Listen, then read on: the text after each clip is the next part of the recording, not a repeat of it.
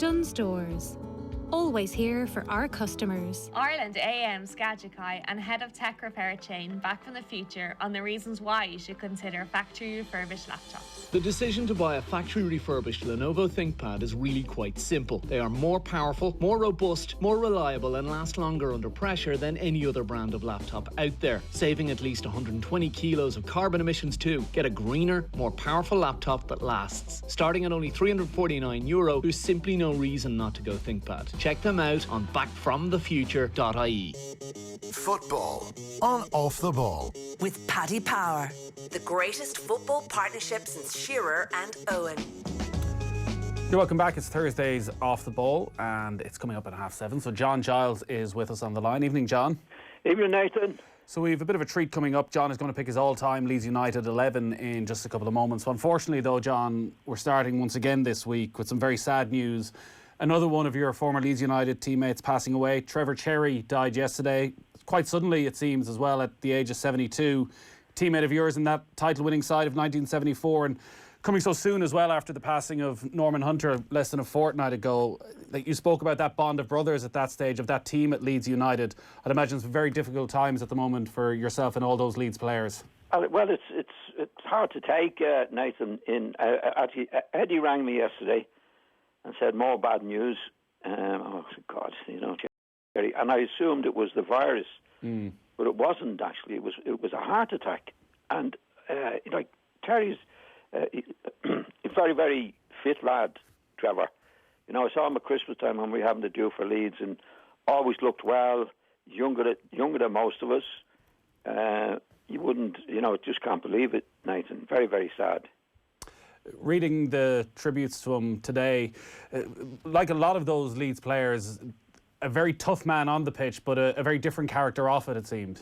Yeah, well, he could get stuck in like most defenders in those days. He could do his job. Always do a reliable job for you, Nathan. He came to our team after we won the Cup in 1972, and I think Jack was on his way out. Terry Cooper had been injured. And he played a lot of positions for Leeds. Obviously, when I left, he was there for a few more years. But very, very reliable lad. Reliable player, reliable person. He was among those paying tribute to Norman Hunter a couple of weeks ago and saying how when he was with Huddersfield that he used to be sent by his manager Ian Greaves to Elland Road to watch Norman Hunter and learn from Norman Hunter, and then he goes and he ends up playing alongside him for many years as well. When he came in 1972, that was already a successful side, and as you say, maybe it was with a plan eventually to take over from Jack Charlton. Like, they were some big boots he had to fill. What are your memories of how he was able to settle into that group? Yeah, well, he didn't have... Actually, I think Don had decided that Jack was finished, and he brought two players. A lad called Roy Ellum, who had been centre-half at Huddersfield. So he brought Roy Ellum and Trevor at that time. And I think he told Jack he was on his way out, but Roy didn't do very well, and they brought Jack. Don then brought Jack back into the team, but Trevor settled into it well. I think he played most of his games for us at left back. Terry Cooper had been injured. He got a bad injury, Terry, and Trevor was stepping in for him. And then we had Frank Gray coming into the team at left back as well, which is Eddie's brother.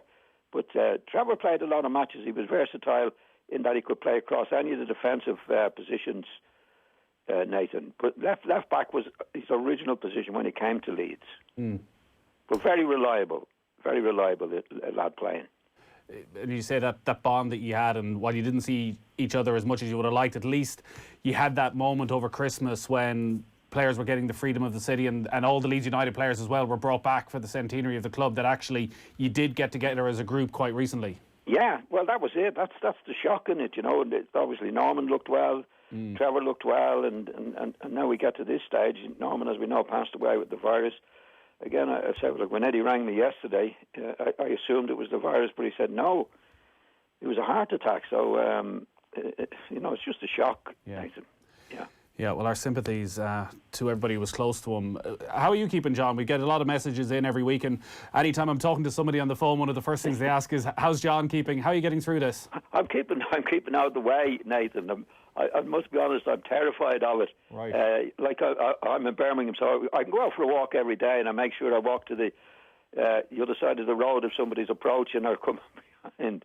So I'm actually terrified of it, but I'm keeping okay, getting the walk in and living in my good lady and myself, and the kids come up. 2 kids living near us in Birmingham, bring the shopping up, but don't come in. So they're doing everything you possibly can to keep away from it. You don't strike me, John, as somebody who's been terrified too many times in his life. Well, this is something you can't really do anything about, Nathan. You know, as we all know, and other people know, it's just a dreadful situation. But anyway, we'll do our best to get through it. Yeah, are you someone who's addicted to the news at the moment, constantly checking what's going on, or do you want to just try and switch off from it as much as possible? Well, I switch off it as much as possible, Nathan. You know, like you hear different things on the television, and I get a bit fed up with it, to be honest, at times. You know, they talk about the coming back from. I'm talking about England now. You know, coming back from the lockdown and all that, and they put a date on it, which I think is silly. It is what it is, and it's not going to go away because anybody's putting a date on it. But again, I know from a personal point, just trying to do all the right things and follow the instructions. There does seem to be a real push from the British government to try and get football back, that this isn't the Premier League going off on a solo run because of the huge, obviously, financial implications, that the government are very much behind this Project Restart to try and get football back in the middle of June, maybe so people have some sort of a sense of normality. We haven't heard a huge amount from players so far as to how willing they will be to go back when it comes to it. Obviously, they're taking pay cuts, and again, because of the sheer financial stakes that are at play here, maybe most of them won't really have a choice. Do you feel players should be put in a position that in the middle of a pandemic, when we're still not quite sure of so many different parts of this, and like the death rate is still huge on a daily basis in England, that we should even be talking about football coming back? Well, I think they'll talk about it. The government will talk about it because they want something good going out there and a bit of hope for people, Nathan. I think it's premature. You know, what they're talking about is playing behind closed doors. But then you get the problem. One problem is the players playing on the pitch. You know, you're going to have close marking, and what happens if a player does test positive for it? Then, like, the 2 teams have to be off from everything. I can't see it now. The thing is, I know there's a lot of money involved in it, and they want to get the matches played and all that. But again, I think it's, you know, you're risking lives when you do it. There's no doubt about that. And I don't think it's worth it. And I think it'll be a while before. I really think there's a while before they get it back, Nathan, myself. I don't think it'll be as quick as they're talking about now. No, it really is hard to see at the moment. And at the same time, what's the rush that they can continue in August, September? And if you take away the financial side of it, what's the reasoning? Yeah, it's too dangerous. You know, like they're talking about in England here, the lockdown, you know, letting people out and do certain things. And I think what you get is another dose of this again. But I don't think it's feasible for the football. I mean, everybody'd love to have it back, especially the clubs, because there's a lot of money at stake and there's a lot of money at stake for businesses and that. But you can't hurry this thing along. You know, it is what it is, and you have to take the right steps. And if they don't continue the right steps, I think they're doing the right steps now. But if they come back on that, Nathan, then you get more deaths and then you have to start all over again. You can't put a date on this particular thing. Well, speaking of distractions, what's been a very good distraction for people and has been getting a great response over the past 5 or 6 weeks is every Thursday night you've been picking your all-time 11s from a variety of different clubs. We've been through Liverpool, Manchester United, Chelsea, Tottenham, Arsenal, and today we get to one that everybody's been waiting for, John, which is your very own Leeds United. So you're going to pick your all-time Leeds 11, and really there's been 3 periods of success for Leeds United because it's a club that really, until Don Revie arrived, never had a great history. It goes on and has that decade while you're there of unbelievable success, winning league titles, getting to your European Cup final, winning FA Cups and competing year in, year out. There's the group that won the league in the early 90s and then David O'Leary's side that got to a Champions League semi-final and went so close to winning quite a few trophies. So there's quite a few generations there for you to choose from. There is, Nathan, and it's never easy picking these teams. But, I mean, apart from one player, which is the goalkeeper, Nigel Martin, I picked the lads that I played with. Right. Now, I'll explain this. I know they've been very, very good players. They did go on to win the league with Howard Wilkinson in 1990, with Gordon Strachan and Gally McSallock, Gary Speed, David Batty, Tony Rigo, Chris White, a lot of terrific, Chris Fairclough, terrific players. But the reason I picked all the lads from my time was because they did it for at least 11 years, Aidan. Yeah. But it's a while back. But they put Leeds on the map from a team that didn't have a terrific history. They weren't a traditional team like Manchester United, Manchester City, Liverpool. When Shankly took over Liverpool, they were in the second division. But he did have a history that when he did get them going, that the crowds were backing that. And so did Jock Stein and Bill Nicholson. Don Reevy didn't have that, so he had to build a team from scratch, which went on to do, for at least 11 years. So I'm making my apology before I start. So I'm picking Nigel Martin in goal. Okay, so Nigel Martin is one of the more modern players in this Leeds United side. Why Martin ahead of the goalkeepers from your era? Well, we had Gary Sprake, who started off his career as a terrific goalkeeper, Nathan. I think he lost his nerve somewhere along the way and made quite a few mistakes before David Harvey came into the team. So I would rule Gary Sprake on that. He was very good in the early days when we got promotion, and he was a regular. He was a very, very talented individual. But I think he lost his nerve when he started to make mistakes, and Don stayed with him a long time and cost us quite a few trophies, I must say, at the time.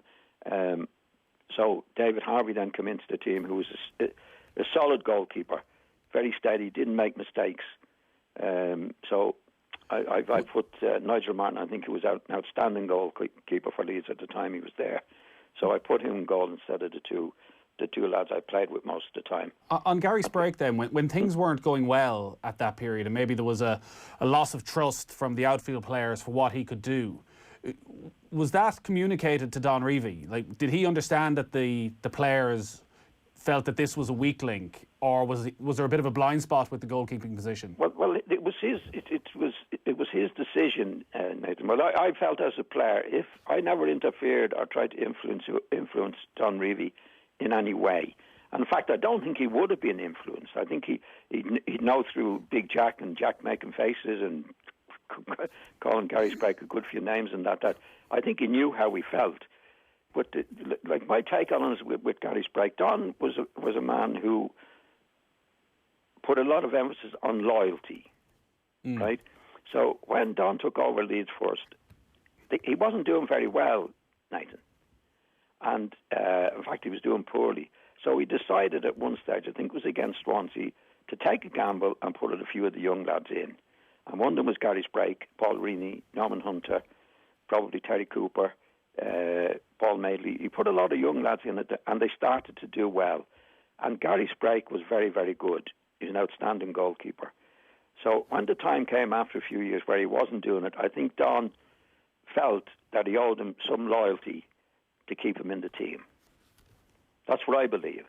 And it got to the stage where we played a semi-final of the Cup in 1972 against Birmingham, and he dropped Gary that day. Right. Dropped him and put David Harvey in, and he never got back in the team again. Okay. So Gary Sprake, that's what I believe. He was a very talented goalkeeper. There's no doubt about that. But he did get to the stage where he made a lot of mistakes for us, Nathan. So Nigel Martin is the goalkeeper, 7 years at the club, and part of that David O'Leary side as well that did so well in European football. Your back four then? My back four is Paul Reaney, Jack Charlton, Norman Hunter, and Paul Madeley. Was that a straightforward selection for that back four? No, it was because Terry Cooper comes into it. Terry unfortunately did get an injury 2 or 3 years before he left the club. But Terry was, like, the reason I put Paul Madeley in, because he never had any really regular position, but he could play in so many positions, Nathan, that it's like if somebody's picking, to me, if I go to Dublin and say, I'll pick the Leeds team for you, Terry Cooper will always be in it. And Paul Madeley is never in it. Right. Because he didn't have a regular position. You know? He was the Gary Breen, a team of Paul Madeley's, because he played in every position, it seems, aside from goalkeeper. Played as a striker in the 68 League Cup final against Arsenal, scored the only goal? I don't think so. No. No. I think, we beat Arsenal 1-0. Terry Cooper scored that goal. He played centre forward a couple of times for us, Nathan. But he was so versatile. He played in the middle of the field, and he'd wear number 11 and number 7. But he never actually played on the wings. Right. But he right back, any of the centre back positions, midfield. He was just so versatile that when people are picking the best team for me, when I'm in Dublin, he's never in it. So I put him in at left back because he was as good at left back because Terry Cooper had been injured for a couple of seasons, and he played there on a fairly regular basis. I know the transfer market wasn't anywhere near what it is today, but it is incredible how many games that back four played for the club. Paul Reaney, 750 appearances. Jack Charlton, all-time record at 773. Paul Madeley in a variety of different positions, over 700 appearances as well. Norman Hunter, every single one of those players, over 700 appearances for the club. Yeah, well, that's why I have to pick them, Nathan. Regardless of, I know that the terrific players came afterwards, like Rio Ferdinand and lots of players not lots of players like him, but Gordon Strachan, Gary Ballister. These were terrific players, and I don't mean to be disrespectful to them, but these lads, like I'm one of the lesser ones. I only made 525 appearances. What were you doing? So I was there late. Like Norman and that play Jack was there all his career. See, I came when I was 22. So I was three or 4 years behind, Billy Bremner and Norman Hunter and that. But it shows you the times they were, how long they were at the club and how many games they played. Nathan, that I find it very difficult to put anybody else in. That a lot of people might think, well, they should be in them, and that happens when you're picking a team. But these lads did it for so long and were so successful over a long period of time, Nathan. When the only time other trophy they won was under Howard Wilkinson, and that was win the league. I think in 1990, 92. But when these lads played, if you go back on their career, and I'll just do a little bit, I don't want to bore you. 2 league titles between at 69 and 74, 1 FA Cup in 68, 2 Fairs Cups in 68 and 71, 1 League Cup in 68, promotion in 63, 64, 3 FA Cup finals, 5 second divisions, 5 second in the league, finalists in the European Cup, the Fairs Cup, the Cup Winners' Cup. So we won a lot of trophies, and people say, we should have won a lot more than we did. But we were there year in and year out, and mostly with the same players, Nathan. So that's why I feel obliged to have to pick all the lads that I played with. And I don't want to be disrespectful to some of the other terrific players that played for Leeds later on. There should have won more argument, because you've gone through some of the roll of honour there of that team, of a couple of league titles, FA Cup, League Cup, but there's 5 runners-up in the league in that decade. There's 3 beaten FA Cup finals, lost a European Cup final, a UEFA Cup Winners' Cup final. Hey, was it a team that should have achieved more, or a team that was just unfortunate not to win more? It's difficult to know, Nathan. Like Shankly had a great record at Liverpool, right? We won as many, the same amount of major trophies as Bill Shankly. But when you get to the final of competitions, like for your record and your reputation, you'd be better off not getting to the cup finals. Do you know what I mean? Because if you don't get to the cup final, you don't lose it. But we were getting there all the time, year in, year out, year in and year out. Like Manchester City, for example, I think won the league in 68, the Cup in 69, the Cup Winners' Cup in 70, and the League Cup in 70. So they won 4 trophies like in 3 seasons, right? But they were gone, Nathan. Yeah. We did it for 11 years.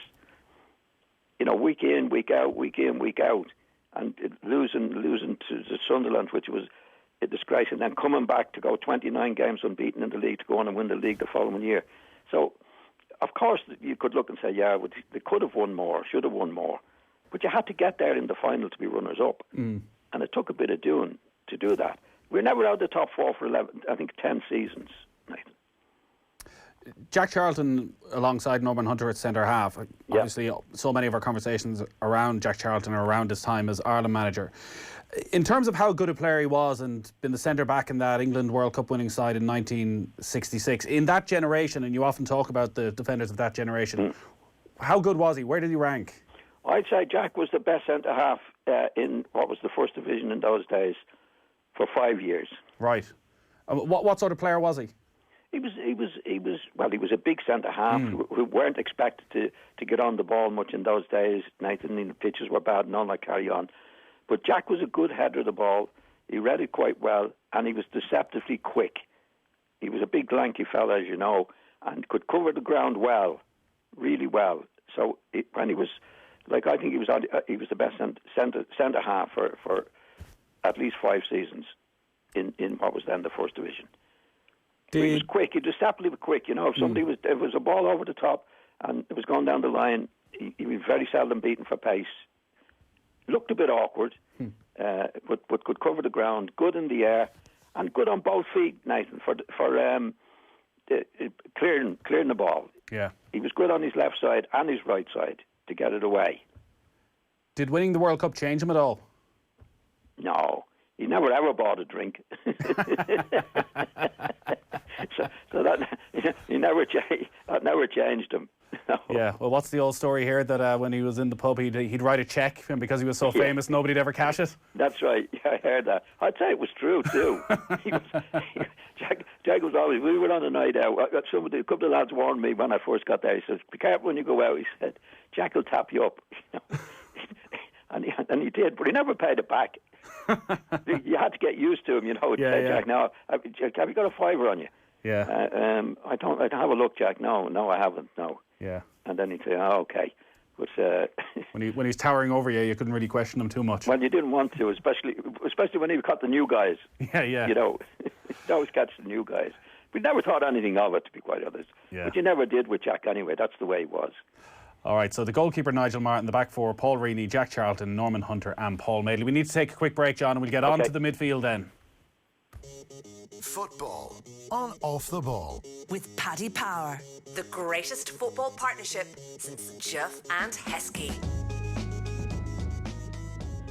All this week, News Talk and Bank of Ireland have come together to recognise our community heroes. Here's just one of the groups Bank of Ireland is supporting with the €1 million emergency funding donated via the Community Foundation for Ireland. I'm Mark Mellett, Director of Fundraising at the Irish Cancer Society. Cancer patients and their families need our help now more than ever before. This support means we can continue to deliver vital services like our volunteer driver service, which brings cancer patients to and from their chemotherapy treatments during the crisis. We also have been able to extend existing services and add new services to help cancer patients at these very difficult times. If you're a charity or community group who's doing all you can to get through these unprecedented times, go to newstalk.com/communityheroes and tell us your story. At Bank of Ireland, we want our customers and colleagues to stay safe and well. Now more than ever, it's important to know that your financial well-being is our priority. We have a range of supports available for our personal and business customers with easy online applications. Our dedicated staff are working to support you. But if you're cocooning or self-isolating at home, you can now nominate a family member or trusted friend to do your banking for you. We're also giving a €1 million emergency fund to support our communities right now. To find out more, visit bankofireland.com. Take care. Bank of Ireland. Bank of Ireland is regulated by the Central Bank of Ireland. Michael promised he'd teach the kids to fly their blue kite the next sunny day they had. There's a knack to it. Run as fast as you can. Let the wind catch it. Give it more string, Molly. That's it. Always ask yourself the question. Are you sure it's safe? When flying kites, drones or remote control planes, always look out for overhead electricity wires. Stay safe. Stay clear of electricity wires. For emergencies, call 1850 372 999. ESB Networks, serving all electricity customers. Football on Off the Ball. With Paddy Power, the greatest football partnership since Shearer and Owen. All right, welcome back. John Giles is still with us on the line. He's picking his all-time Leeds United 11. John, I was looking around online earlier today, and there have been many all-time Leeds 11 picked over the last few decades, including by the club themselves, and you're in every single one of them. So we'll forgive you if you want to put yourself in midfield in this one. No, I don't. No, I don't. I'd rather talk about the other players, Nathan. We'll have to have a 12th man then in this team, because as I say, I think all Leeds supporters would most definitely have you in there. So, well, that'd be very good. But self-praise is no recommendation, then, Nathan. No, I appreciate that, but I'd rather pick just pick the team.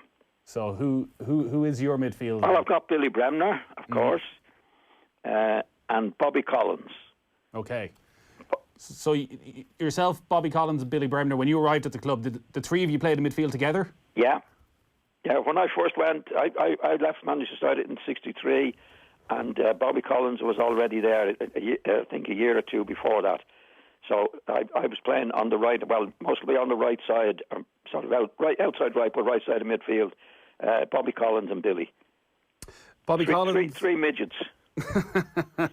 But you could pack a bit of a punch, I think it was fair to say. And like Bobby Collins, Don Reevy would say, was in many ways his best signing, because it was a player he needed at that time to set the agenda for what he wanted Leeds to be. And it seemed he was an incredibly tough player, and the people's perception of Leeds seemed to change when Bobby Collins came to the club. He was a great player. He was a hero of mine. Because he was a great player for Celtic for 10 years. Okay. And when I was a kid, the Celtic League used to come over every 2 years, and Bobby Collins was always in that team. That was a great Celtic player. And then he came to Everton when he was 27, and I think he was there for 5 years. And then came to Leeds when he was 32. Bobby Collins started the great team, the great club, and winning club at Leeds, in my opinion. He was a great attitude. There's an old saying in football: if you get an experienced player in the club, he's great for the club. If you get an experienced player who's not of the right character, it's bad for the club. Bobby Collins was a great character in terms of match in, match out, training. He set an example for all the young players at Leeds at that time. And I was a bit older. I was 22 when I came to Leeds. But Norman Hunter, Paul Madeley, Terry Cooper, Paul Reaney, he set the trend for that club in a big way. He was huge, and he was a great mentor for me. I came from Manchester United. I played on the right wing, but I was always a midfield player. But I was only 22, so I think 2 or 3 years with Bobby Collins. And when Bobby Collins got injured, I moved into his position. But I was ready to do it then, Nathan, because I learned so much from him. But he set the trend, there's no doubt. That was the major signing for Leeds. And one of the reasons I went to Leeds from Manchester United is because they were then in the second division. Because I knew if Bobby Collins was there, they're doing something right. Right. And he was great. And all that you learned from him, was that from watching him and the way he behaved, or would you sit down and talk football and talk about his philosophy and try and pick apart what he knew? No, I just watched him. Right. I just watched him, Nathan. I mean, I was always a midfield player. I played at Manchester United on the right wing because I had to, and Don Reevy signed me as a right winger. But I was always a wanted to be a midfield player. But he was a great influence. I didn't talk to Bobby much about football at all, but I watched him. I played with him. I saw what he did. I saw his attitude to training, his attitude to playing. You know, was top class. Generally, when these teams are picked, it is yourself and Billy Bremner, obviously, who are the midfield partnership. How long did it take yourself and Bremner to forge an understanding where, like, it seemed one of you always knew what the other one was doing on the pitch at all times? Like, you've touched on this before, that if one went forward, one stayed back, that there was just this sort of telepathic understanding. How long on the pitch together did it take for that understanding to come about? 5 minutes. Really? Yeah. Well, Billy was a natural footballer, and I think I was a natural footballer, and you just know what the player's going to do and what you're going to do, and that, Nathan. You can't practice it, you know. There's nothing in football you can go out the practice ground, because when you're playing in a match, you know, things happen that you don't expect to happen all the time because you're playing against the opposition. So you have to adjust to it straight away, right? And the main thing is playing in the middle of the field, I found anyway, as a midfield player, that if you're in a tight situation, can you get out of it? You know, because like Billy Brown or anybody else can't tell me if I'm in a tight situation. Well, they can't to make a position to receive the ball, but you have to get out of it. And the same with Billy. And luckily enough, between and Bobby Collins, if you were in a tight situation, we get out of it and then we go and play. But when you're playing with good players, great players like Collins and Bremner, you can't practice anything. Well, you can, but you don't have to practice anything, Nathan. It happens instinctively, and that's what makes really good players. You know, you find Messi playing now. A lot of time Messi in a tight situation doesn't know what he's going to do when he gets the ball. Mm. But he works it out very quickly. That's what. And bad players don't work anything out. Whereas Bremner and myself, first of all, we were near each other in the middle of the field.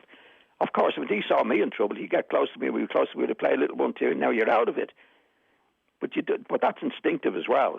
You can't practice it now. You can't go on the pitch with your colleagues or the people you want to play and say, look, this is what we're going to do. Yeah. And we want you to try and stop it. Because when you get on the pitch to play, you don't know what you're going to do a lot of the time when the ball comes. A lot of the times you do, which is pretty straightforward. But a lot of times you don't. But we just had this, Billy and myself just had this natural, instinctive thing to do. When he was in trouble, I'd be near him, and vice versa. And Billy's control was terrific. You know, he scored an awful lot of them, but he was a great player. He was the most confident player I ever played with, Nathan. Right. Arrogant? Well, he could be. Right. But he could do it. Yeah, he could back it up. He could back it up. But in the dressing room beforehand, Billy was always going to be the star player in his head. Okay. Always. And a lot of the times he was, Nathan. But very, very, very, very confident. Very, very confident lad. Bit of a show off, but could do it. And how did that sit with you then, playing alongside him in midfield? I had no problem with him. I never bothered whether I was going to be the star. I wasn't going to be the star, Nathan. But the thing is, Billy produced. I didn't mind. I didn't care. Like, Billy was cocky. I wasn't cocky. I would be confident, but I wouldn't be cocky. Billy was cocky, but he produced, Nathan. I mean, if he was cocky and didn't produce, then you could say he's a bit of a spoofer. But he produced all the time. There's obviously a certain amount of footage of that era, and people have seen bits and pieces of Billy Bremner. What was his greatest strength as a player? Well, first of all, his confidence. He was always going to play well, and he had an ability, I think, to score important goals, terrific goals, in important matches. Right. I think 3 of the semi-finals we got to, he scored the winning goals in 3 of them. He scored at Wembley in the first cup final we played in. Semi-finals, I think he scored three goals in semi-finals we won. But Bremner and I scored 115 goals each night in from midfield. Yeah, it's incredible. And he scored more spectacular goals than I did. But he just didn't do it when you were winning 3-0 or 4-0. He was doing it in big matches where they really counted. We better move on time-wise. Okay. Who else is in your midfield? That's it. Two midfield. With those two, that's all you needed. That's all we needed. So we're going all out then, because there was a lot of great attacking players of that Leeds generation as well. Yeah. Who have you gone with? I've gone with Peter Lorimer. Okay. On the right, Alan Clark and Mick Jones up front. Yep. And Eddie Gray on the left wing, on the left side. Talk to me about Eddie Gray then, as a player, and what type of player he was. Scored a lot of goals, made a huge amount of appearances for Leeds as well down through the years, and is always ranked highly when you're talking about their greatest ever players. What sort of player was Eddie Gray? Eddie was originally a midfield player, left-footed lad, great control, and because Billy Bremner and I were playing in midfield, Tom played him on the left wing, and he was a brilliant dribbler. Like Leeds used to call him the Leeds George Best. Okay. He had a lot of injuries, Nathan, actually, in his time with us. He had a lot of serious injuries, but came back from, again, a terrific lad, Eddie, with great control. He could go past people. You only had to get the ball out to Eddie, and he was on his way. But like they used to say in those days, wingers are brainless wingers. Eddie was anything but. He was a very, very intelligent player who was playing on the left wing, Nathan. Great control, and could go past people and make goals, score goals. And a great attitude to it as well. Great attitude. Don Reevy said of Eddie Gray, if he played on snow, he wouldn't leave footprints. Well, that's true. He was quite a big lad, Eddie, but deceptively quick, but great control of the ball and could go past people. Like nowadays, you don't get many wingers, Nathan, and if you do, then there's not many going past people, you know. Whereas if you were playing like good play, usually goes out to the wingers, and you get it out to Eddie, and he'd do his stuff. He'd take the full back on straight away. He was complete opposite to Peter. You know, Peter actually probably Peter scored 270 goals from Leeds from the right side, sort of winger, right side midfield, right side, and he was a natural striker, Peter, but he played on the right wing because that's the only way he could get in the team, and he scored. But Peter could score as many goals and maybe more. He scored more than Eddie, and sometimes would make more because he didn't have to beat somebody, Nathan. He would come up the left back and he'd get a cross in. He was a beautiful crosser of the ball, kick of the ball in his right foot. So he didn't actually have to beat anybody to get good crosses in for Mick Jones and Alan Clark in those days. Both Eddie Gray and Peter Lorimer score of great goals as well. I was watching some goals from Eddie Gray earlier today. One he scored against Burnley, where he must have dinked in and out about 6 times before smashing a shot past the keeper. Somebody said he beat half the people at the game. It was a fantastic goal, wasn't it, Nathan? You know, he just beat them, and they had somebody on the ground. He was brilliant. Peter was the opposite. Peter didn't have to. He'd only made half a yard on the left back, and he whizzed them in with his right foot. He was a great kicker of the ball in his right foot. Scored important goals. Alan Clark scored over 100 goals for the club as well. It was a British transfer record when he came to Leeds from Leicester at the time in 1969. There must have been a lot expected of him then. Well, Alan would tell you it was a bargain. He's one of the most confident lads I ever met in my life. Right. Yeah, and he was very arrogant, Nathan. Very arrogant about his play. And this arrogance pays off, and is a good thing when you're a striker. You know what I mean? Like, for example, now he played with Mick Jones. Now, if Alan Clark missed a chance, and any of us said, Alan, come on, he'd tell you to F off. But if there was another chance, he'd score it. Mick Jones was a much more gentle type of lad. And if Mick missed a chance and you got on to him, he'd get his head down a bit. You know what I mean? Yeah. So Alan would be more likely to score. If he missed a chance, he'd be more likely to score for the next chance than Mick would. Now, Mick scored a lot of goals as well. He was a great lad. He wasn't arrogant at all. Alan had this arrogance about him that he wouldn't care what you said to him. If he missed 2 chances, he'd still be up for the next chance. Terrific finisher. A good combination because Mick was a real worker, you know. Mick was a good work all over the place. Scored a lot of goals, but he wouldn't be confident. He said, well, I met very few players that had the confidence that Alan Clark had anyway. Did you like that confidence? Did you like your striker to have that confidence that no matter what went wrong, he always believed that next time it would go right? Well, I told him to F off a few times, Nathan. A few times, and not me, quite a few of the lads did, but with his arrogance. But of course, if he's producing, then you don't hold. It's not personal or anything. The main thing's on the pitch is doing what you have to do, which is score goals, which he did, right? But sometimes his manner now wouldn't be the best. And was Mick Jones very much aware that his job was to sort of do the dirty work for Alan Clark and accepting of that? And prepared to do it. Right. He was one of the most modest lads you ever met, Mick. He was a terrific lad. Scored his fair share of goals, Nathan, as well. But he was a real worker.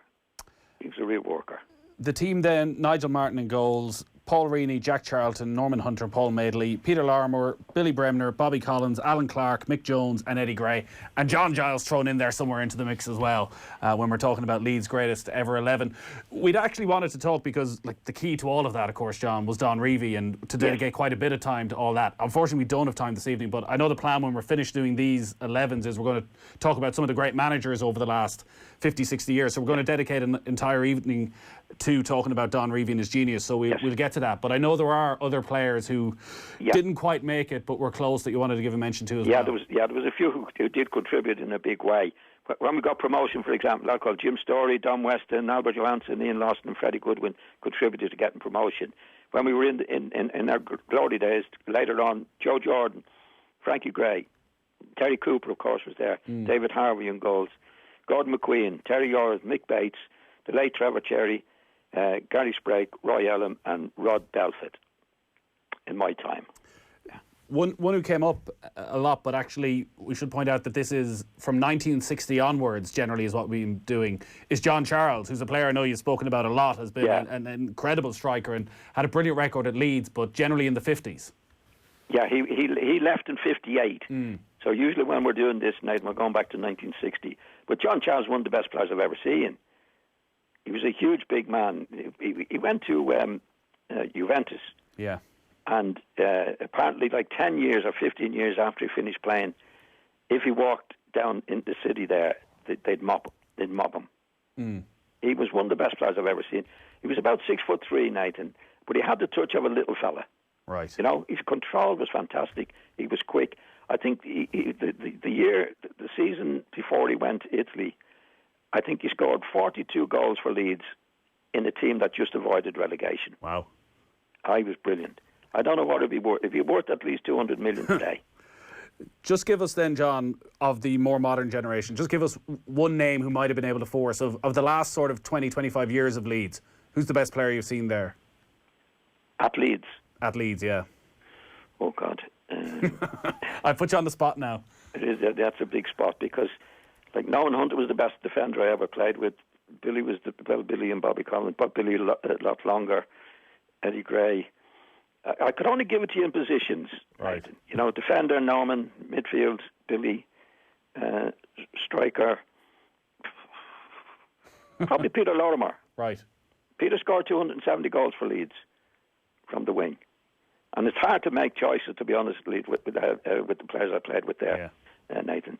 But I can't pick any one player because they were so good in so many different positions. That was the opportunity, John, to just pick yourself. No. John, it's been brilliant chatting to you, and I know a lot of people were looking forward to hearing what your all-time Leeds 11. Funny, when the club did their all-time Leeds 11 about a decade ago, it was pretty much the exact same team, except you were in it. Nigel Martin was the only modern-day player to get in. The other 10. Yeah, we had a night. We had a night at Leeds for that night. I was at that particular night. Yeah. But I hate being disrespectful to, you know, Gordon Strachan, Mike Allister, you know, the players that played at that particular Speed, David Baddy. These were terrific players, and I feel a bit awkward picking all the teams, but it's just because we did it over such a long period of time, and we're the first team to set really Leeds as one of the major clubs. Yeah, you certainly did that. John, great stuff as always. We'll talk to you next Thursday. Thanks, Nathan. All right, that was John Giles picking his all-time Leeds 11. If you missed any of that, it'll all be up on offtheball.com, and you can watch it back on our YouTube channel or download the Go Loud app, and you can check out the OTB Podcast Network. Up next, as part of the Government Still Here campaign, we're doing a very special panel on domestic violence. That's up next. Football on Off the Ball. With Paddy Power, the greatest football partnership since Juff and Heskey. Join the conversation on Facebook and Twitter. Right now, the lights in many of our favourite places have temporarily gone out, leaving many of us having to make do at home. At Energia, we'll be right there with you. We'll continue to supply Irish homes with 100% green energy, keeping the lights on for that temporary home